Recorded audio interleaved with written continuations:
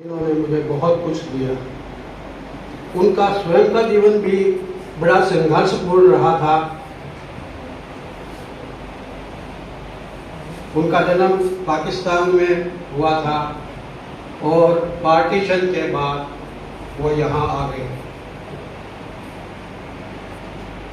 कुछ पढ़े हुए थे, लेकिन यहाँ आने के बाद उनकी पढ़ाई छूट गई और उनके पिताजी ने उनको जंगल चारने के लिए खेतों में छोड़ दिया। रोज मतलब जंगल लेके जाते थे और खेतों में जंगल चराया करते थे।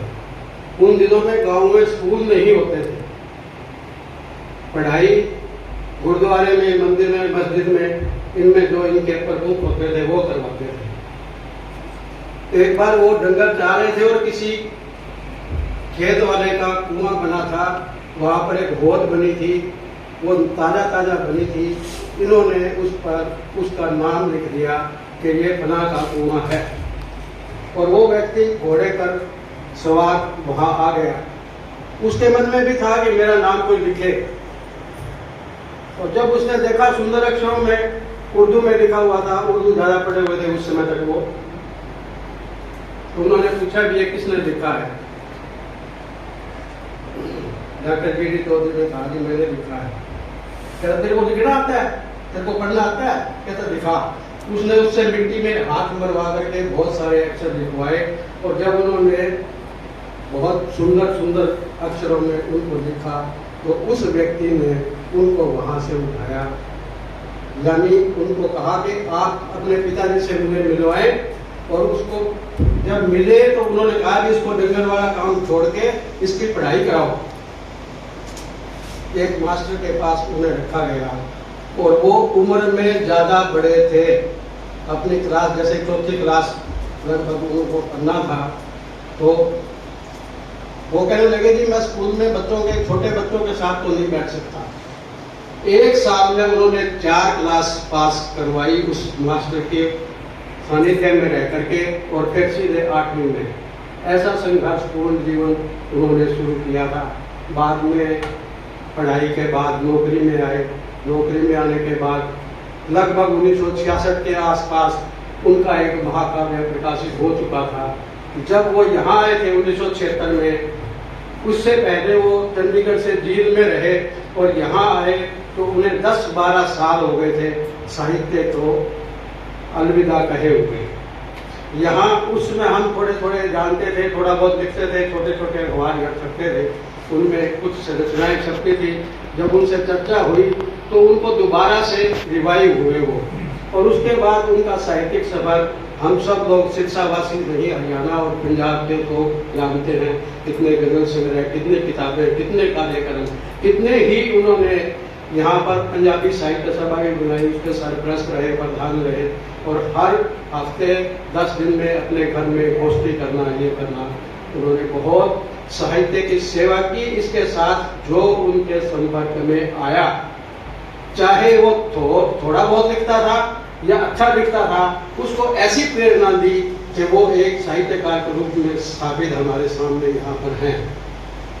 मुझे भी, मैंने सोचा था कि कभी पुस्तक प्रकाशित नहीं करूंगा, कुछ विचार ऐसे थे, लेकिन मुझे भी उन्होंने एक पुस्तक देने के लिए प्रोत्साहित किया, हर कार्यक्रम में प्रोत्साहित किया। मुझे तो उनका एक पल मेरे साथ गुजरा हुआ है।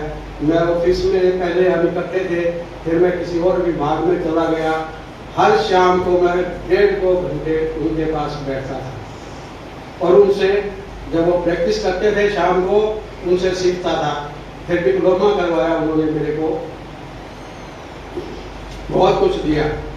जब मैंने उनसे सीखना शुरू किया था उस समय उनको 40 साल का तजुर्बा था होम्योपैथी में। कैसे संघर्ष करते हैं आदमी। वो चंडीगढ़ में थे और पीजीआई चंडीगढ़ की बिल्डिंग बनती थी। हर हफ्ते वो दवाइयां लेकर के वहां जो मजदूर होते थे उनकी सेवा करने के लिए, उनको दवाएं देने के लिए हर हफ्ते वहां विजिट करते थे, उनको दवाएं दे करके आते थे। ऐसे तजुर्बा प्रैक्टिकल उन्होंने एक मरीज का किया हुआ था। और एक समय ऐसा आया जब एक दिन उन्होंने मुझे ये कहा कि मनफूल तो मेरे से आगे निकल गए, लेकिन मुझे पता है कि जब मैं उनसे डिस्कस करता था तो मुझे लगता था कि मुझे कुछ आता ही नहीं है। बहुत कुछ दिया है मेरे लिए, लाइट हाउस हैं, जो भी उनके संपर्क में आया उनको उन्होंने बहुत कुछ दिया। और जीवन में ऐसे भी क्षण आते हैं जब व्यक्ति बिछुड़ जाता है। जो हमारी मुलाकात हफ्ते में 2, 3, 4 बार अब भी होती थी, जो अंतिम मुलाकात थी उससे पहले एक दिन हम बैठे थे, 2 साल से लगभग वो बीमार थे, काफी ज्यादा बीमार थे। एक बार तो बहुत ज्यादा हो गए थे, लेकिन इन दिनों में फिर समझ जाते थे। उनका हौसला इतना था, जब उनसे पूछते कैसे तबीयत है, बोले मेरी तबीयत बहुत अच्छी है, एकदम से कड़क आवाज में जवाब देते। अभी उनके देहांत से लगभग 15-20 दिन पहले हमारी मुलाकात जब हुई,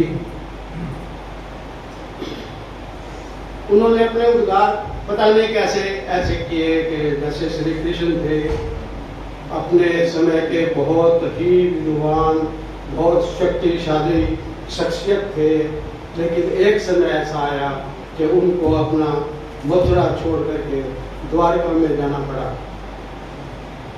जो व्यक्ति अपने सुदर्शन चक्र से किसी का भी वध करता था और उसका सुदर्शन चक्र फिर वापस आ जाता था, उसका अंतिम समय में ऐसा हाल हुआ, उसके परिवार के लोग सारे धीरे धीरे बिछुड़ गए।